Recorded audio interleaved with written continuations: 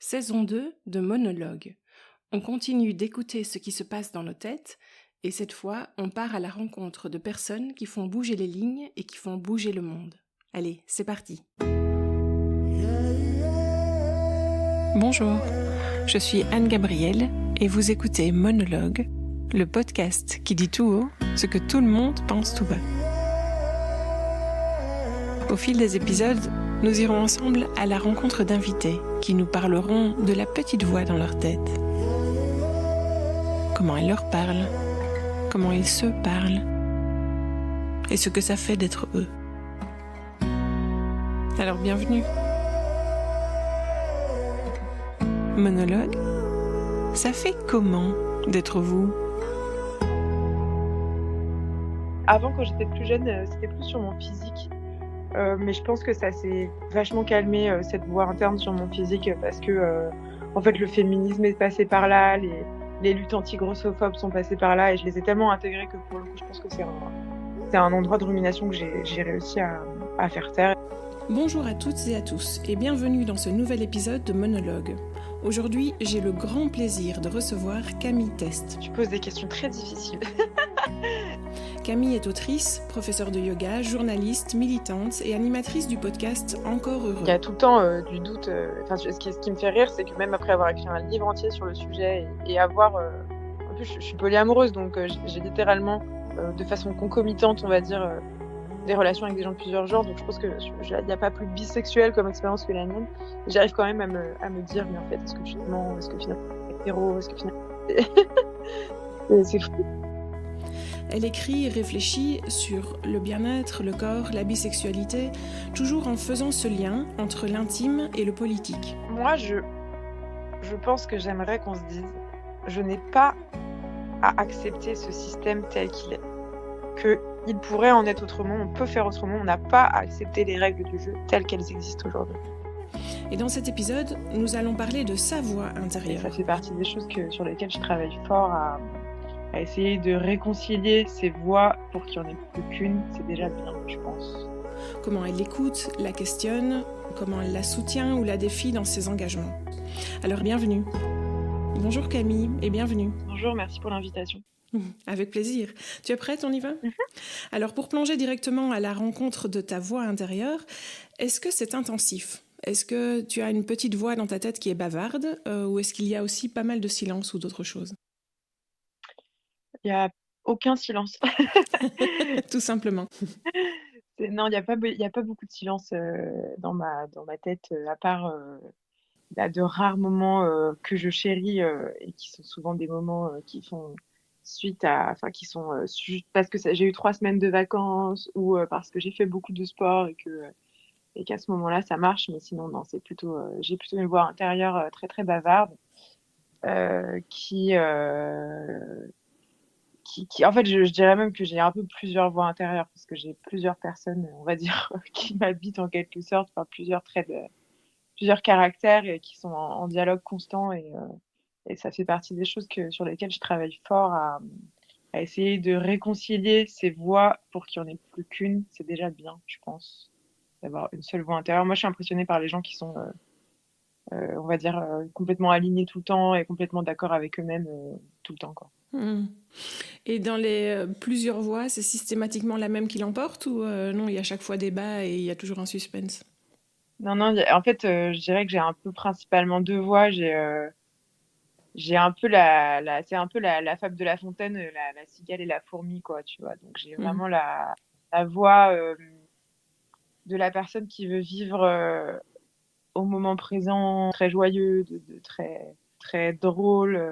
Et puis j'ai une voix plus anxieuse, qui a besoin de davantage de planification, qui a besoin de tout savoir ce qui va se passer sur les 25 prochaines années. Pour moi à titre perso, mais aussi même pour le monde politiquement. Donc je pense que c'est pas une voix positive et une voix négative. Deux ont des forces, on va dire, mais en tout cas il y en a une qui me pousse à, on va dire, à, à m'engager, à faire de la politique, à essayer enfin à faire du militantisme, à essayer d'être dans l'action pour créer un monde plus rassurant.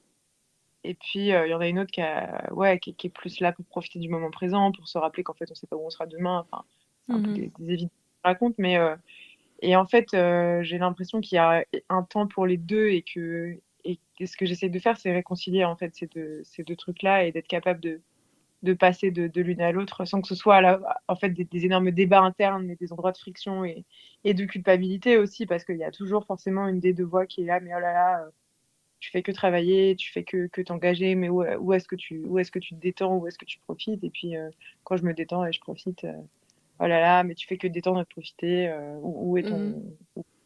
ton anticipation? Où est ton...» Bref, c'est ça. Et comment est-ce que tu arrives à te reposer, par exemple, si tu es en pleine phase de travail et d'action, comment est-ce que tu arrives à te dire, OK, maintenant je me pose, ça va être quoi l'activité ou la pensée qui va t'aider à redescendre ou revenir à toi? Bah, en fait, j'ai un fonctionnement très TDAH, donc qui est le trouble du déficit de l'attention, Mhm. avec hyperactivité et je pense que l'une des caractéristiques de ce trouble-là, c'est qu'on a du mal à se mettre à quelque chose et puis quand on s'y met intensément. On parle parfois d'hyperfocus et c'est quasiment, impossible d'en sortir, à part si on est déshydraté, en hypoglycémie totale ou qu'on sombre dans l'épuisement. Donc souvent, ce qui me sort d'une activité, c'est vraiment que je vais dormir, hein. Et qu'il faut boire un Et grand verre d'eau. ouais, fois, je m'en rends compte bien trop tard, telle une plante desséchée. Mhm. Non, mais ce qui me sort souvent d'un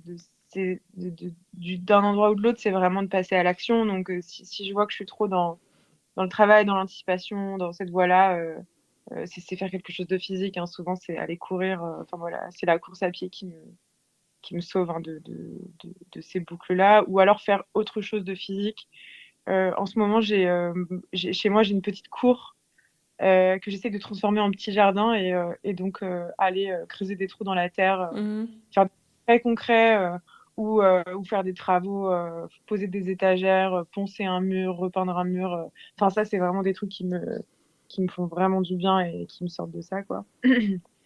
Et inversement, si tu es en train de profiter pleinement et que tu te dis, bon, allez, maintenant on doit s'y remettre, tu te bases sur quoi pour te remettre dans l'élan? J'ai moins le problème inverse quand même, c'est-à-dire que quand je suis dans la légèreté et tout, bah, bon, en fait, il s'avère que j'ai la chance de faire un métier ou plusieurs métiers en tant que journaliste, autrice, entrepreneur aussi par certains aspects, que j'adore et donc c'est pas si compliqué enfin, en fait, j'ai souvent des propositions professionnelles, notamment, qui de toute façon me sortent d'endroits de détente absolue, Mhm. pour quand même être intéressant. Donc j'ai moins ce truc-là de devoir me sortir Par toi-même, oui, c'est ça. du côté cigale, pour retourner au côté fourmi, quoi, Mhm. pour reparler de la fameuse fable de La Fontaine. Mhm. Et est-ce que tu es beaucoup sujette à la rumination? Et c'est quoi le thème favori pour toi de rumination? Alors ça dépend des moments, mais tu vois, là, on est en hiver et clairement, je trouve que c'est des moments aussi où c'est plus dur de sortir, s'aérer, prendre de la lumière, voir des gens, enfin bon, bref, donc oui, je peux être sujette à la rumination. Ce qui me revient le plus, je pense, enfin, c'est en train de changer, mais c'est l'impression de se comparer un peu, d'avoir l'impression de jamais être assez bonne. J'ai vraiment tendance à prendre les trucs que j'ai ratés ou que j'ai pas fait suffisamment bien, Mhm. et à faire des sortes de boucles mentales dessus En et autocritique.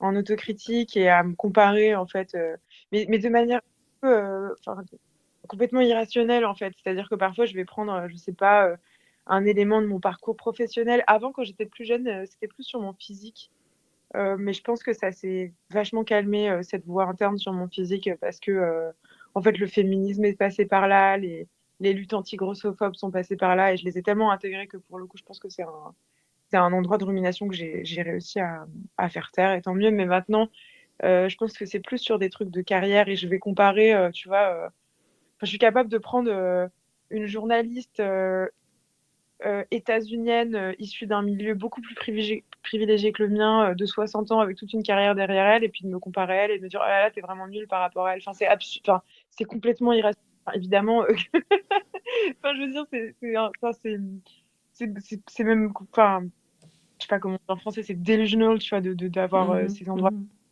Et puis en fait, quand je me repose et que je prends 2 secondes de recul, je le fais plus, mais c'est je peux être dans des boucles mentales comme ça, quoi.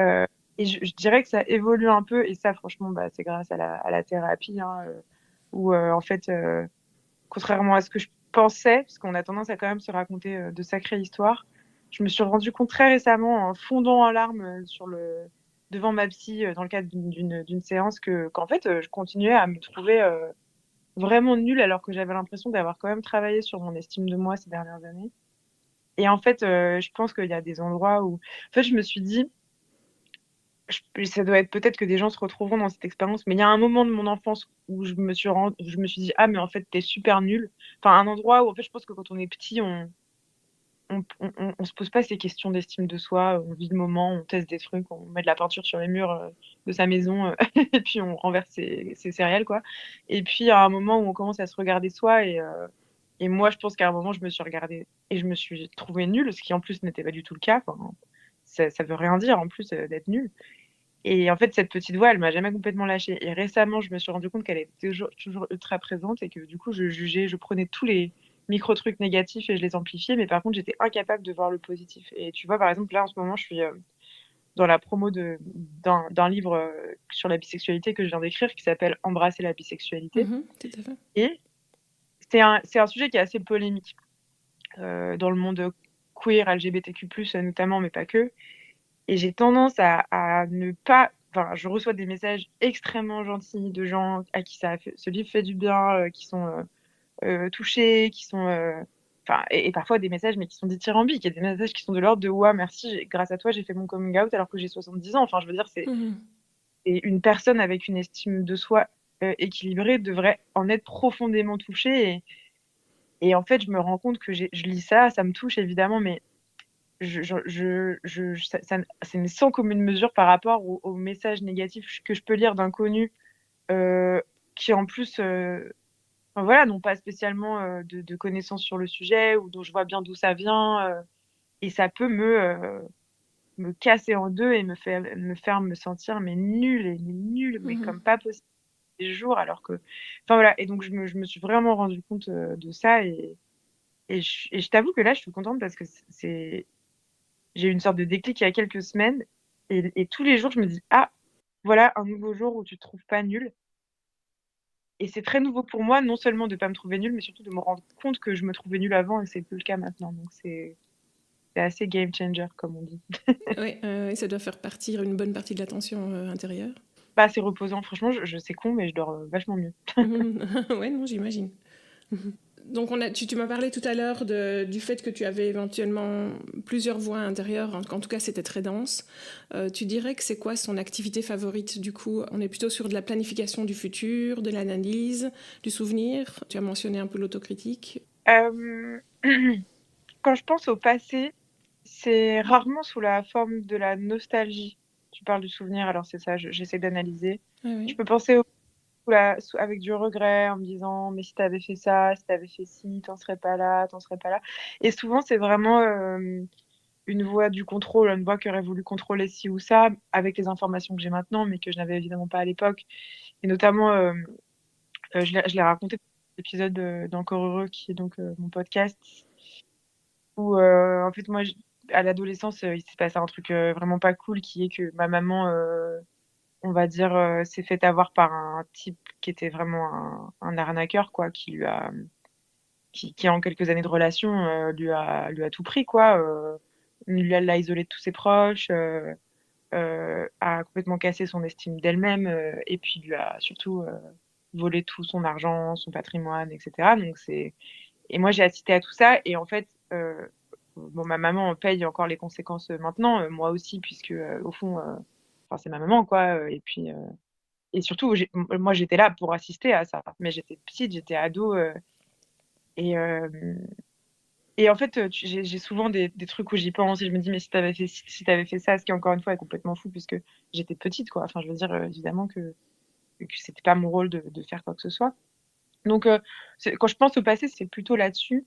Sinon, c'est plutôt des ruminations, ouais, sur le futur, tu vois? Où je me dis: «Mais en fait» bah, justement, en fait, c'est un peu le fruit de ça. C'est OK, tu as mal prévu, tu avais mal anticipé, il s'est passé en gros ou ta mère avait mal prévu, mal anticipé. Donc comment toi tu vas faire pour bien prévoir, Mhm. pour bien anticiper?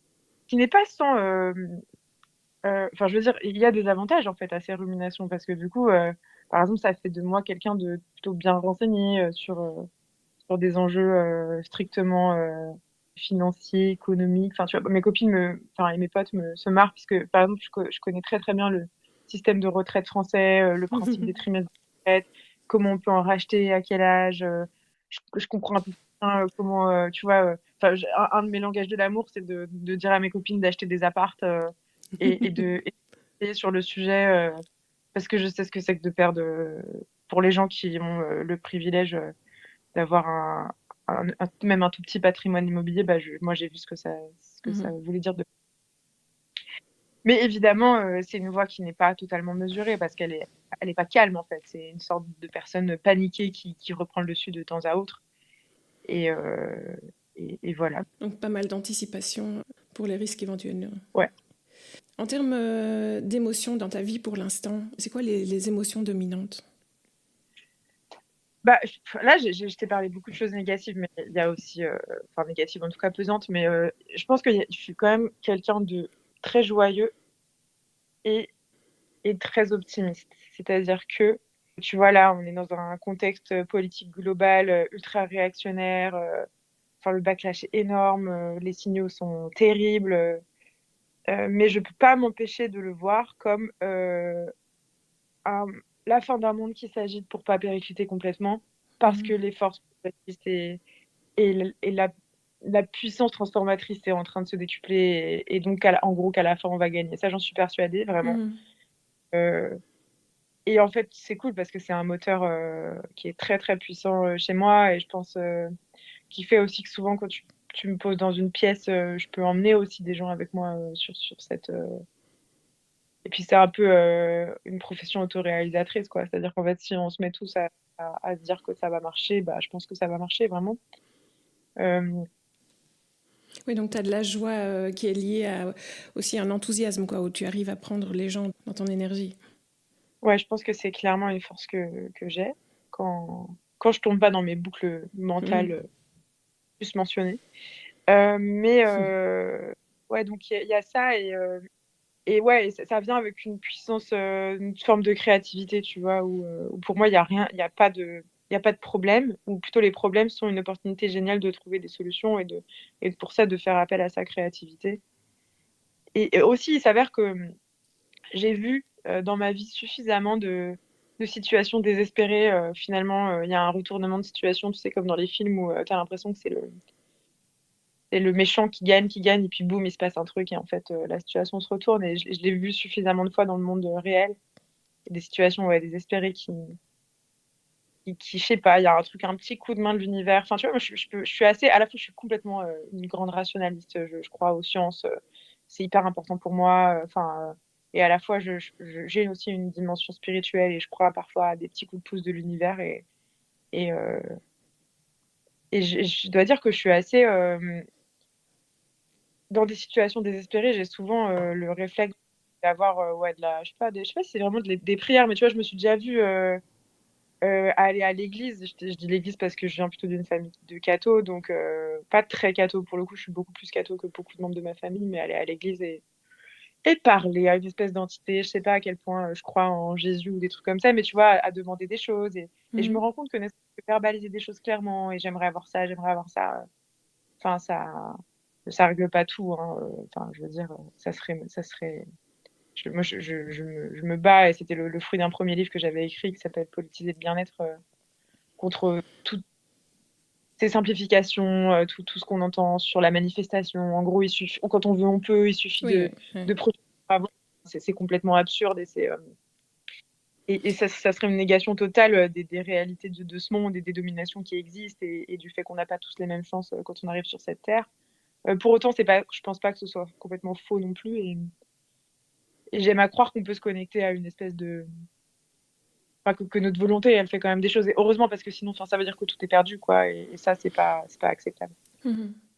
Et pour terminer ce petit tour d'horizon de ta vie intérieure, est-ce qu'un moment de rien ou de silence, c'est un moment agréable pour toi?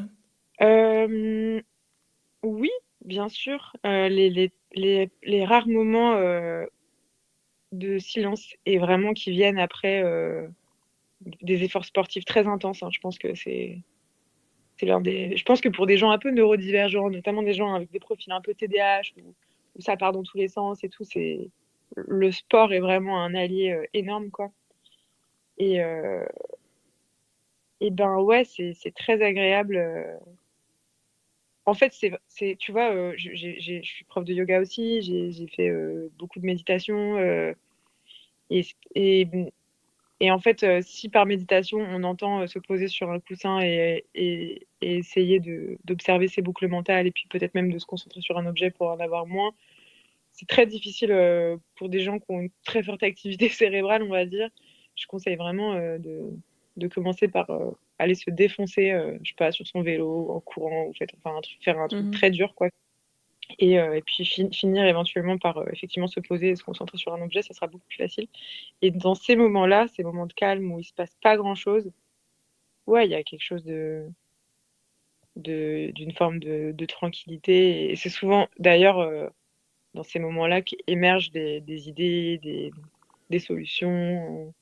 Même si je crois pas qu'il faille forcément attendre ça de ces moments, on peut juste aussi savourer le rien. Et c'est hyper important de le faire, je pense, dans un système capitaliste néolibéral, suprémaciste, quoi, qui ne nous valorise que dans l'action, dans le fait de faire et si possible de faire mieux que son voisin. Je trouve qu'arriver à se connecter à une partie de soi qui ne fait rien et qui apprécie de rien faire, c'est une petite résistance très cool du quotidien, quoi. Tout à fait. On va transitionner doucement entre ta vie intérieure et ton action dans le monde, je vais dire. Tu dirais que c'est quoi l'émotion ou l'envie qui est le plus souvent à la base de ton action, que ce soit la rédaction d'un livre ou ton attention dans ton podcast ou pour une intervention? Je pense que c'est vraiment la réconciliation. Mon premier livre, par exemple, c'était un livre sur un essai sur la notion de bien-être et des pratiques qui vont avec et pourquoi c'est aussi présent dans cette société actuellement et est-ce que c'est bien, est-ce que c'est pas bien et surtout qu'est-ce qu'on peut en faire à gauche dans les espaces où on lutte pour le social, l'émancipation. On peut être très critique justement de ces pratiques comme le yoga, la méditation, même le sport de manière générale parce qu'on peut y voir quelque chose de très individualiste. Et parce que c'est vrai que c'est souvent présenté comme, en gros, je sais pas, si on faisait tous du yoga, le monde serait tellement plus pacifique, enfin des trucs comme ça très dépolitisés. Et moi, j'avais envie de me poser la question dans ce livre de bah, comment on fait pour que ces pratiques-là, notamment, elles puissent être mises au service justement de l'émancipation et de lutte qui visent l'émancipation, l'égalité, l'équité, etc. Donc il y avait vraiment une envie de réconcilier ces deux mondes parce que j'ai un pied dans ces deux mondes en fait en tant que personne engagée pour la justice sociale et à la fois comme personne qui fréquente aussi le monde du bien-être, quoi. Enfin qui fréquente, en tout cas qui pratique parce que je peux pas dire que je suis non plus très très immergée dans ce monde, dans ce monde-là. Et puis la réconciliation, c'est aussi vraiment le travail de mon deuxième essai, Embrasser la bisexualité, puisque quand on est bi, donc c'est-à-dire quand on est attiré par plus d'un genre, on est souvent un peu un pied dans le monde homosexuel, on va dire, et dans le monde hétérosexuel, et en fait, on n'est jamais chez nous nulle part. Quand on est avec les hétéros, on est des personnes LGBTQ+, dans le monde hétéro, et c'est pas simple. Et quand on est dans le monde queer, c'est pas simple non plus, parce qu'en fait, on y est souvent rejeté, critiqué, moqué, méprisé, parce qu'on a selon certaines personnes, une sorte de mi-hétérosexualité en nous qui fait qu'on est moins légitime. Je te résume à gros traits. Oui. Mon livre est plus nuancé que ça, mais voilà. Et là encore, il y a vraiment quelque chose de l'ordre de la réconciliation et de faire dialoguer des mondes qui ne dialoguent pas. Et en fait, sans dialogue, bah, on tombe dans des analyses grossières. Et moi, je suis partisane de la nuance. Et la nuance, ça ne veut pas dire qu'on n'est pas radical, en fait. Au contraire. La nuance, ça veut dire analyser les choses telles qu'elles sont de façon la moins résumée possible, la moins grossière possible, la moins simplifiée possible. Et, et pour moi, quand on va vers un monde plus juste et plus émancipateur, évidemment qu'il faut le faire avec de la nuance, avec une compréhension très fine des enjeux, des problèmes, des gens, des réalités des gens. Et j'aime ça, je pense. Je dis souvent que je pense que c'est le fruit du fait que je suis issue d'un divorce chaotique de mes parents. Donc, je pense que cette volonté de réconcilier, elle vient sans doute du fait que pour le coup, j'ai jamais vraiment pu réconcilier mes parents. Donc, j'essaie de réconcilier la terre pour compenser. Dans ton livre Politiser le bien-être, qu'on mentionnait tout à l'heure, qui est paru en 2023, tu mets en lumière tous les dégâts causés par l'injonction au bien-être individuel. On parle de cette société capitaliste qui s'est emparée de toutes ces formes de pratiques de bien-être et qui sont désormais disponibles à tous contre un peu d'argent. Le bonheur est à portée de main, le bonheur n'est pas loin, c'est une question de volonté, tu peux y arriver. 4 étapes pour te remettre d'une séparation, 6 semaines pour trouver la paix intérieure durable ou 3 jours pour faire la paix avec ton passé. Tout est en ligne et tout est disponible contre un peu d'argent de nouveau. Et tout ça est très complexe. Et je trouve que ça rajoute, si on voit ça du prisme de la voix dans notre tête, je trouve que ça ajoute encore un peu des voix supplémentaires. Et c'est ça dont je voulais parler avec toi. La voix dans notre tête, c'est donc au départ un événement biologique, mais c'est clairement aussi façonné par notre histoire et la société dans laquelle on évolue. Donc est-ce que tu arrives facilement à faire le tri entre la voix qui est vraiment toi, les voix héritées et les voix imposées par la société, par le militantisme, par la famille, voilà. Comment est-ce que tu te connectes un peu à tout ça? Est-ce que c'est clair? Est-ce que c'est pas si facile? Voilà. En tout cas, je sais qu'elles existent, ces voix imposées, qui nous sont imposées par les représentations, par exemple, tous les films qu'on a vus depuis qu'on est petit, toutes les histoires qu'on a lues dans les magazines, par les gens autour de soi. Tu sais, il y a cette phrase un peu cliché, mais qui dit on est un mélange des 5 personnes qu'on fréquente le plus. Oui, oui. C'est sûr que leur propre voix intérieure, leurs propres angoisses, leur propre regard sur le monde vont forcément vous influencer. De même que tout ce qu'on voit tous les jours sur les réseaux sociaux.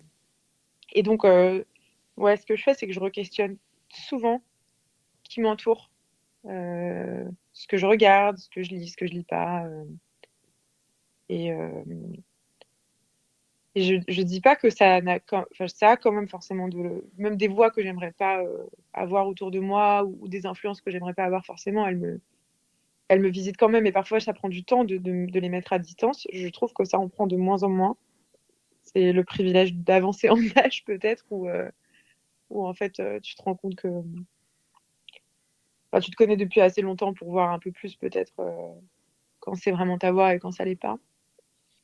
Euh, Tu vois, depuis vraiment pas longtemps, avant, j'avais tendance à avoir je sais pas, t'as des problèmes du quotidien, des angoisses, des choses où t'es un peu perdu, tu sais pas comment régler le truc.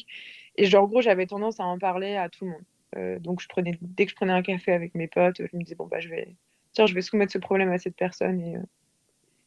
Et, et récemment, je l'ai fait avec un pote que j'aime bien, mais honnêtement, qui mène sa vie d'une manière extrêmement chaotique. Et en fait, j'ai écouté ses conseils sur des trucs, alors qu'enfin, au fond, ça m'a angoissée. Je suis pas, j'ai fait une crise d'angoisse en rentrant chez moi, pour rien me cacher. Après, je me suis dit, mais pourquoi tu es allée demander conseil à cette personne qui, de toute évidence, enfin, tu vois, n'a pas forcément une façon de gérer sa vie que tu trouves très efficace, en fait, même si elle est tout à fait respectable comme tout le monde. Et, euh, et donc là, j'essaye de moins écouter les voix de mes proches. Et j'ai une consoeur journaliste, Judith Duportail, qui, il n'y a pas très longtemps sur les réseaux sociaux, disait qu'elle était très touchée par justement ce qu'on lui disait sur les réseaux et qu'elle essayait maintenant d'avoir une espèce de process, tu vois, où quand quelqu'un lui disait quelque chose, avant même, enfin, autant que possible, de réagir ou de prendre en compte cette parole, de voir qui était cette personne. Est-ce que cette personne a une quelconque autorité sur le sujet ou pas? Est-ce qu'elle connaît la personne ou pas? Bref. Et là, c'est quelque chose que j'arrive à faire de plus en plus, de voir des voix qui rentrent autour de moi, tu vois, qui rentrent dans mon oreille, et d'abord de les questionner et ensuite de voir si je les considère ou pas. C'est un exercice, hein, franchement, mais voilà, c'est un filtre que j'essaye de mettre en place. Et je pense que plus je le fais, plus j'y arrive. Et ça, franchement, ça change Ouais. beaucoup de choses. Ah oui, c'est génial. En novembre dernier, tu as donc sorti ton livre qui s'intitule Embrasser la bisexualité. Alors, je voulais te demander quand est-ce que toi, tu as commencé à mettre le mot sur ton expérience, dans ton dialogue intérieur, dans ta tête. Et avant ce mot, comment est-ce que tu te parlais à toi-même à propos de ton désir? Est-ce que ta voix intérieure a déjà remis en doute, par exemple, ta propre bisexualité, du type non, c'est pas ça, c'est pas légitime, ou enfin voilà. Bah, cette question, elle me fait rire parce que c'est vraiment pour moi, l'expérience bisexuelle, c'est vraiment ça, hein. C'est se remettre continuellement en cause sur sa légitimité à être bi, à se ressentir bi, à se dire bi. Parce que en fait, il y a très peu de représentation de bisexualité dans cette société. On est dans une société qui dichotomise totalement le désir en imaginant qu'il y a en gros que les hétérosexuels et les homosexuels et que être les deux, dans le fond, ça n'existe pas ou ce n'est pas valable ou souvent c'est des gens qui mentent. Enfin, on va nous dire ça très souvent, nous les bi. Alors on mentirait, je sais pas, pour se faire mousser ou parce qu'on voudrait pas dire qu'en fait on est vraiment homosexuel, etc. Donc oui, bien sûr, il y a tout le temps du doute. Enfin, ce qui me fait rire, c'est que même après avoir écrit un livre entier sur le sujet et avoir... en plus, je suis polyamoureuse, donc j'ai littéralement, de façon concomitante, on va dire, des relations avec des gens de plusieurs genres. Donc je pense qu'il n'y a pas plus bisexuel comme expérience que la mienne. Et j'arrive quand même à me dire, mais en fait, est-ce que tu te mens? Est-ce que finalement, c'est Est-ce qu'on est hétéro? Est-ce sûr? que finalement, Oui. c'est pas... c'est fou. Et puis, pour répondre à ta première question de quand ça a commencé, en fait, quand j'ai toujours eu des attirances pour des gens de plusieurs genres. C'est ce que je raconte dans l'introduction du Oui, livre. tout à J'ai fait. toujours eu un crush pour des filles et des garçons, mais mes premières expériences se sont passées avec des filles, romantiques et sexuelles. Et, et à la fois, je connaissais le mot bisexuel, mais ça faisait pas forcément totalement sens. Et puis, à un moment où en devenant étudiante, jeune adulte, c'est devenu enfin, j'ai eu de plus en plus de mal à me dire bisexuelle. Parce que je pense que c'est un mélange d'injonction à l'hétérosexualité et aussi autour de moi, j'avais des gens qui étaient, eux, gays et lesbiennes et qui donc pour moi étaient vraiment les vrais LGBT et comme j'avais eu plus de relations hétéros, j'avais du mal à me dire: «Ah bah, je suis comme eux, comme elles» et en ayant du mal à me dire ça, bah, je me suis moins autorisée à avoir des relations homosexuelles. Ou alors, quand je les avais, je me disais: «Ah mais c'est pas pareil, c'est juste, tu vois, je sais pas, j'étais bourrée, ou c'était juste une expérience comme ça pour rigoler, c'est la jeunesse». Enfin, je sais pas, je me racontais des histoires. Et un jour, en fait, et ça, c'est notamment grâce à des militants, de la bisexualité, à des gens qui en parlent. Je pense à Robin Cox, aux États-Unis, je pense à une autrice qui s'appelle Julia Shaw. En France, Flora Lireza, par exemple, et que je me suis rendu compte, d'à quel point, bah, je me laissais gaslight quoi, par ce discours ambiant sur en vrai, sur les bis sont pas si bi, Hmm. faudrait avoir le même nombre d'expériences avec, je sais pas, des hommes et des femmes pour être vraiment bi et cetera et je me suis dit: «Mais en fait, tu ne mets pas assez le mot bisexuel sur ton expérience, tu ne le revendiques pas assez, alors qu'en fait, quand tu le fais, ça te rend hyper heureuse» et ça me rend pas heureuse, juste parce que, c'est cool de mettre un mot sur ses réalités, même si c'est vrai que c'est cool de mettre un mot sur ses réalités. C'est aussi qu'en fait, bah, c'est trop bien d'être bi, quoi. Enfin, et c'est de dire, moi j'aime trop être bisexuelle, j'aime trop, effectivement ce que ça confère de liberté, de à quel point on met la question du genre à distance, à quel point, bah, c'est vrai que c'est un endroit où on peut se rendre compte. Souvent, on va me dire: «Mais alors, waouh, mais tu vis des expériences lesbiennes et hétéro, mais ça doit être tellement différent». Mais en fait, moi, pas du je trouve pas du tout que ce soit différent. Hem, Par exemple, sur des trucs très concrets de relations, sexuelles, coucher avec un homme, coucher avec une femme, coucher avec une personne non binaire, j'en sais rien, enfin, c'est en fait, c'est beaucoup plus similaire que ce qu'on pense. Parce que, tout ça, c'est pas une question d'organe génital. En plus, enfin, le genre ne dit rien de la génitalité de la personne, par ailleurs, mais c'est vraiment une question de ouais, je sais pas, de connexion, enfin, C'est il y a ça. des femmes avec qui, c'était pas cool de coucher, il y a des hommes avec qui c'était pas cool de coucher, il y a des fois ça marche, des fois on se connecte, il y a des fois on se connecte pas, et heu et en fait, je trouve ça profondément révolutionnaire. Ça veut pas dire, encore une fois, que seules les personnes bis sont révolutionnaires ou tous les bis sont révolutionnaires par nature, hein, Mais c'est de dire que cet endroit, cette façon d'être au monde, être au monde de façon bisexuelle, c'était extrêmement intéressant. Et pour l'instant, on en parle très très peu parce que les bi, souvent, se sentent illégitimes à revendiquer cette voix particulière. Et, et notamment dans les milieux LGBTQ+, où c'est tout le temps un peu méprisé. Pas tout le temps, j'exagère, mais ça l'est souvent, quoi.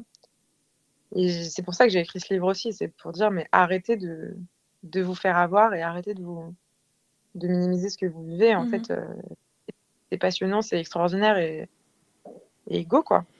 Ah oui, puis ça ramène même les relations romantiques à juste des relations humaines, en fait, sans devoir parler de genre. Ouais. Mais oui, mais en fait, le problème, c'est que à la fois, de même que c'est extrêmement énervant, les gens qui vont dire je vois pas les couleurs, je vois pas quand les gens sont blancs, sont noirs, enfin parce qu'en fait, ça c'est souvent la porte ouverte vers nier le racisme et la spécificité des personnes racisées qui vivent du racisme dans nos sociétés. Il s'agit pas de dire je vois pas les genres comme s'il s'agissait de dire je vois qu'il y a des différences de traitement entre par exemple les hommes et les femmes. Ah oui. Bien sûr que. Mais par contre, effectivement, il s'agit de dire, comme il n'y a pas de différence de nature entre, je sais pas, des personnes noires et des personnes blanches ou des femmes, oui, en fait, de base, si on n'était pas dans des sociétés qui hiérarchisent, qui délégitimisent certains groupes au profit d'autres, et puis pour les dominer, pour les exploiter, et pour leur nier leur humanité, bah oui, en fait, de base, on est effectivement tous, on est tous humains. Enfin, je veux dire, ça sonne niais de dire ça, mais c'est vrai. Enfin, je veux dire, et, et, et on lutte justement pour casser tout ce qui nous hiérarchise en tant qu'être humain en fonction des catégories dans lesquelles on se trouve par hasard, par le hasard de la naissance, quoi. Donc ouais, je pense que c'est important parfois de rappeler cette niaiserie-là, qu'on est tous humains. Est-ce que tu t'interroges souvent sur la voix intérieure des autres? Bah, c'est une très bonne question. Tu vois, tout à l'heure, je te parlais de narcissisme. Je pense que finalement, se décentrer de soi, c'est de se décentrer de sa voix à soi. Ce que je repère de plus en plus, c'est que je projette ma voix intérieure sur les autres. Donc, par exemple, je me dis, oh là là, la personne, elle va vraiment se sentir comme ci ou comme ça, ou elle doit être fière de ci, ou elle doit se sentir nulle de ça. Je projette complètement ma voix intérieure sur ces personnes. Je ne pense pas que ce soit possible d'avoir accès à la voix intérieure des autres. Par contre, ce qui est possible, c'est de demander aux gens comment tu te sens. Et même de dire, en fait, bah, je sais pas, moi, tu sais, je suis assez stressée sur ce truc-là, donc je sais pas, je me suis dit que peut-être toi, ça aurait pu t'angoisser. Comment tu te sens par rapport à ça? Enfin, donc donner en fait accès à sa voix intérieure aux autres. Et non, ce qui est drôle, c'est que la plupart du temps, les gens disent ah non, pas du tout. Moi, et donc c'est aussi comment tu crées un cadre pour que les gens se sentent à l'aise de la partager. Et je pense même récemment, j'ai reçu Juliette Drouard dans mon podcast et on a parlé de trauma. Et à un moment, Juliette dit en fait, il en va de sa responsabilité en tant qu'adulte que de rendre clair et explicite ses limites, ses besoins et bah, en fait, en quelque sorte, une partie de son paysage intérieur, pas tout. Il ne s'agit pas de tout livrer. Il y a des choses qui relèvent de l'intime, mais quand même. Et moi, je fais en sorte de m'entourer de gens de plus en plus qui verbalisent les choses parce qu'en fait, c'est pas possible d'avoir des relations légères, chouettes et nourrissantes avec des gens qui cachent l'intégralité de leur paysage intérieur. Et en tout cas, moi, c'est quelque chose que je ne veux pas et que je ne veux plus. Et si tu avais si on t'en donnait la possibilité, de qui est-ce que tu aimerais vraiment savoir ce qu'il ou elle pense? Tu vois, genre, ça peut être une personne publique ou ça peut être quelqu'un de ton entourage, ton voisin. Honnêtement, c'est un peu con, mais j'aimerais beaucoup savoir ce qui se passe dans la tête d'Emmanuel Macron. Je pense que moi, je projette sur lui un narcissisme immense et une immaturité énorme, en fait. Je pense que c'est vraiment quelqu'un qui est resté coincé à 15 ans et dans un rapport au monde d'un garçon de 15 ans qui a juste des plus gros jouets que les autres, quoi. J'aimerais savoir ce qui se passe dans sa tête. J'aimerais voir quand... est-ce qu'il est vexé quand on se fout de sa gueule sur les réseaux sociaux? Au contraire, est-ce que ça nourrit une image de lui? Qu'est-ce qui se passe quand il fait des discours à la télé? Ça me fait rire parce que vraiment, on dirait un élève en première année d'école de théâtre, quoi. C'est tellement c'est. On voit qu'il est content d'être là, on voit qu'il est content d'avoir appris son texte, qu'il trouve que son costume lui va bien. Enfin, je sais pas, c'est vraiment quelque chose de. C'est pas du tout incarné. Enfin, c'est encore qu'il a pour ça, mais je trouve qu'au début, enfin, vraiment, j'encourage les gens à aller chercher ses premiers discours en tant que président, mais c'est à pleurer de rire tellement c'est caricatural de. Ouais, encore une fois, ouais, qui que ce soit qui a fait du théâtre et qui a fait son premier spectacle doit voir de quoi je parle, je pense. Mhm. Ouais, j'adorerais avoir accès, même si ça m'énerverait beaucoup, mais j'aimerais. Et enfin, si après tout ce qu'on vient de dire, on peut considérer que toute révolution commence par la manière dont on se parle à soi-même, qu'est-ce que tu aimerais qu'on commence à se dire? Doucement, mais ensemble. Tu poses des questions très difficiles. Moi, je pense que j'aimerais qu'on se dise, je n'ai pas à accepter ce système tel qu'il est. C'est-à-dire, je vais t'expliciter un peu. Moi, je viens d'une famille de gens assez rebelles. En tout cas, mon père et ma mère, beaucoup de défauts, mais sont des gens très rebelles. Pour moi, c'est une qualité. À un moment, ils se sont dit, nous, on a, on n'a qu'une vie. Enfin, moi, j'ai toujours entendu, on n'est qu'une seule fois sur cette terre. Donc, il faut vraiment faire des trucs qui nous font kiffer. Il faut vraiment pas s'embarrasser de s'imposer des cadres qui sont pas les trucs qui nous font. Donc, par exemple, eux, ça s'est manifesté par le fait de partir voyager en voilier pendant 3 ans. Moi, j'ai grandi, enfin, j'y ai passé du coup mon enfance, une partie de mon enfance sur ce voilier. Donc, on a voyagé un peu partout. Qui n'est pas évidemment accessible à tout le monde, tu vois. Enfin, je veux dire, il y a eu du renoncement pour eux. Hein. Enfin, ils n'ont pas gagné d'argent pendant 3 ans, ils n'ont pas cotisé pendant 3 ans. Enfin, voilà, c'est pas des gens, tu vois, qui avaient non plus un patrimoine, genre, ça leur a pas coûté. Mais ça vient quand même avec des privilèges. Mais en tout cas, ils m'ont transmis ce truc de. En fait, le monde qu'on nous impose, le rythme qu'on nous impose, les passages obligés qu'on nous impose à tel âge, c'est bullshit, c'est du vent. Et c'est n'importe quoi. Et ça sert à un système. Et c'est un système qui ne veut pas du bien.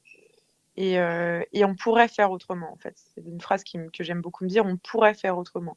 On pourrait, tu vois, je sais pas, on n'arrête pas de nous rabâcher qu'il va falloir faire des efforts pour la retraite et il va falloir travailler plus tard. C'est pas vrai, en fait. Il y aurait d'autres façons d'organiser la société. Ah bah, il n'y a plus d'argent pour l'hôpital public. C'est pas vrai, en fait. Il y a juste, il s'avère que les 5% les plus riches payent de moins en moins d'impôts et payent moins d'impôts que ton boulanger, quoi, tu vois. Donc, en fait, c'est pas vrai. Il suffirait juste de mieux redistribuer. Donc, la voie intérieure, pour moi, que je trouve importante à cultiver, c'est de se rappeler qu'il pourrait en être autrement, on peut faire autrement, on n'a pas à accepter les règles du jeu telles qu'elles existent aujourd'hui.